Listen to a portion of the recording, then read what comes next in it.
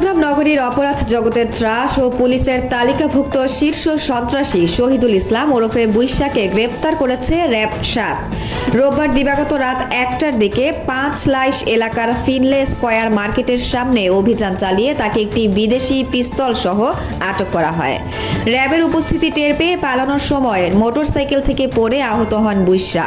পরে তাকে উদ্ধার করে চট্টগ্রাম মেডিকেল কলেজ হাসপাতালে ভর্তি করা হয়।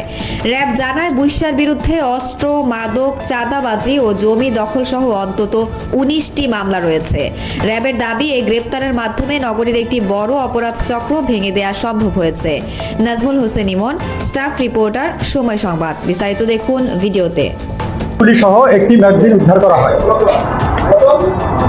আপনারা ইতিমধ্যেই অবগত আছেন যে গত ৯ জুলাই ২০২৫ তারিখে চট্টগ্রাম মহানগরীর চাঁদগাঁও থানাধীন খতিবের হাট এলাকায় অবৈধ আধিপত্য বিস্তারকে কেন্দ্র করে দুটি সন্ত্রাসী গ্রুপের মধ্যে প্রকাশ্যে গোলাগুলির ঘটনা ঘটে। এই দুটি গ্রুপ হচ্ছে একটি বুইশা বাহিনী আর একটি টেম্পু বাহিনী। টেম্পু বাহিনীর লিডার হচ্ছে ইসমাইল হোসেন টেম্পু, যে বর্তমানে বাংলাদেশ সেনাবাহিনী কর্তৃক গ্রেপ্তার হয়ে জেল হাজতে আছে। উক্ত গোলাগুলির ঘটনায় র্যাব ৭ চট্টগ্রাম ও চট্টগ্রাম মেট্রোপলিটন পুলিশ যৌথ অভিযান পরিচালনা করে বিপুল পরিমাণ আগ্নেয়াস্ত্র, গোলাবারুদ, দেশীয় অস্ত্র, বিভিন্ন থানা থেকে লুট হওয়া অস্ত্রসহ ১১ জনকে গ্রেপ্তার করতে সমর্থ হয়। এ সময় ঘটনাস্থল থেকে শহীদুল ইসলাম প্রকাশ দুষ্যা কৌশলে পালিয়ে যায়। র্যাব ৭ চট্টগ্রাম উক্ত গোলাগুলির ঘটনার রহস্য উদ্ঘাটন ও জড়িতদের আইনের আওতায় নিয়ে আসতে গোয়েন্দা নজরদারি ও ছায়া তদন্ত শুরু করে। নজরদারির এক পর্যায়ে র্যাবে বিদ্যমান তথ্য প্রযুক্তির মাধ্যমে আমরা জানতে পারি যে বুইশা চাঁদগাঁওয়ে অবস্থিত ফিনলে সাউথ সিটি শপিং সেন্টারে মোটরসাইকেল যোগে আগমন করছে। তারই প্রেক্ষিতে র্যাব ৭ এর একটি চৌকস আভিযানিক দল অভিযান পরিচালনা করে তাকে গ্রেপ্তার করতে সমর্থ হয়। পরবর্তীতে আমরা জানতে পারি যে সন্ত্রাসী শহীদুল ইসলাম বুইশা, তার জন্মসূত্রে সে চট্টগ্রামের বাসিন্দা, বা তার নিজ জেলা ভোলা।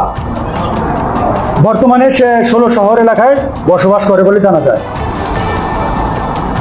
গ্রেফতারকৃত আসামিকে প্রাথমিক জিজ্ঞাসাবাদ ও অন্যান্য তথ্য থেকে জানা যায় যে সে চট্টগ্রাম মহানগরীর চাঁদগাঁও এবং ৫ লাইশ এলাকার অস্ত্র ও মাদক ব্যবসা এবং কিশোর গ্যাং দ্বারা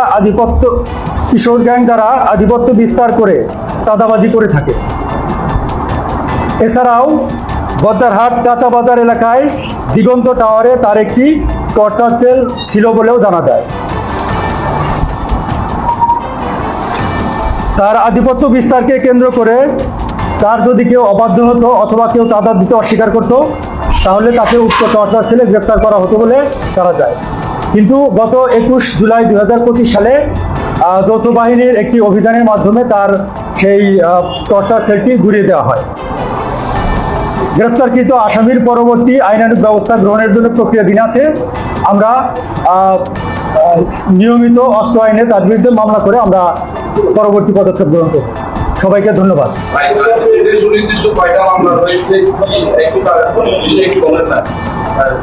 তার পিসিপিআর অনুযায়ী